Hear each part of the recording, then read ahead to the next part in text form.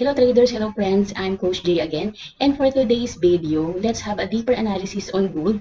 Dahil as you can see dito sa Forex Factory ay halos everyday meron high impact news. Okay, so yesterday, Monday, meron high impact news. It's about final manufacturing PMI. Ayan. Tapos today na naman, Tuesday, meron ulit. Tapos tomorrow and yun na hanggang Friday. And yung Friday, syempre yung pinaka most significant no dahil naririto yung NFP payroll. Kaya naman this video ay puro gold lang muna tayo ngayon para mas ma-analyze natin deeply. Alright? So here in the weekly time frame, as you can see ay uptrend pa rin naman siya. Pero ngayon ay nasa pullback stage ang gold, okay? And just a few weeks ago nga, nagkaroon ng massive sell-off dito sa gold because of this very long red candle na very aggressive talaga yung mga seller. Okay? So, if we want to measure the correction, syempre naman after ng impulsive move, magkakaroon naman talaga ng correction sa market. Okay?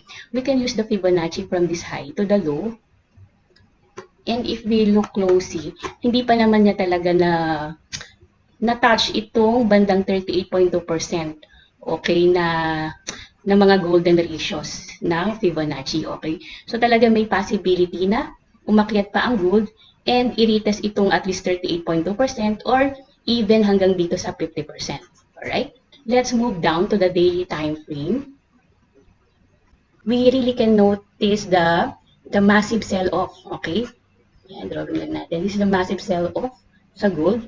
Kaya nagkaroon ng very impulsive move to the downside. Okay? So with this overextended na din ang market, also we can observe na nagpo-form ang price ng deceleration, okay? In the form of wedge pattern. Alright? So ito 'yon. Okay? Yan, wedge pattern kasi this is the descending wedge. Okay, ibig sabihin medyo slant siya. This wedge pattern formation is a reversal pattern. Meaning, hindi naman totally siguro i-reverse niya yung buong trend. But, of course, makakakita tayo ng pullback. Okay? So, may possibility talaga na magkaroon ng upside move for gold. Okay?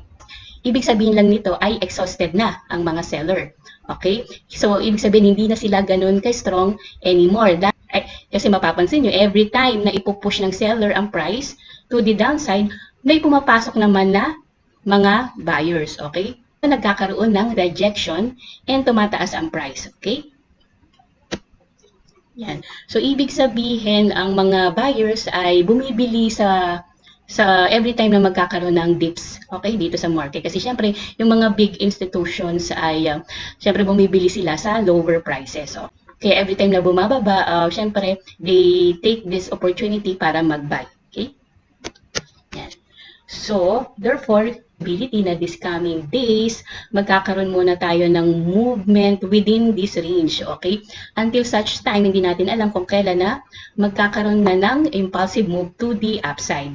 Okay? Well, syempre, the market is unpredictable.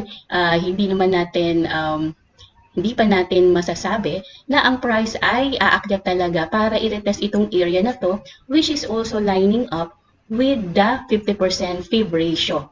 Alright? So, pero syempre magandang level din ito. Okay? And then that's the time, siguro, yan. So, until syempre ang price ay within this range, syempre we expect na magpipingpong lang siya dito. Until such time, we don't know kung this coming week ba yun or this Friday dahil mag-NFP, dito magkakaroon ng massive move to the upside. Okay? Yan. So, yun lang yung syempre read ko sa market because of this pattern. Dahil syempre naman wala namang 100% dito sa market. Okay? Pwede pa rin naman na magkaroon ng sell-off and i-retest niya ulit itong support area na to. Okay? Syempre, pero habang naririto tayo sa range na to, syempre we should also manage our trade setups. Okay? Yan. So, let's see the H1 time frame. By the way guys, nire-record ko pala ito ay Asian session, 8:05 AM dito sa Philippines. Alright, so dito naman alisin ko na lang muna yung mga drawing ko. Yan. Okay, so dito sa H1 time frame, nagkaroon na ng rejection dito to the upside. Okay, ito yung resistance na na-plot natin as a falling wedge. Okay, so iintayin ko pa na magkaroon dito ng bearish engulfing or any bearish price action, then pwede akong mag-sell. Okay, ayan. So siguro kahit hanggang dito muna sa yan, dito sa may 2 yan 2336. Okay, dito sa may area nitong neckline nitong double bottom formation na to. Okay? Yan. Pero sa ngayon wala pa tayong price action kaya i-observe ko po muna ulit. Wait ako ng confirmation candle. Yan. So yun lang and I hope meron kayong natutunan sa video na ito. Thank you very much. Bye-bye.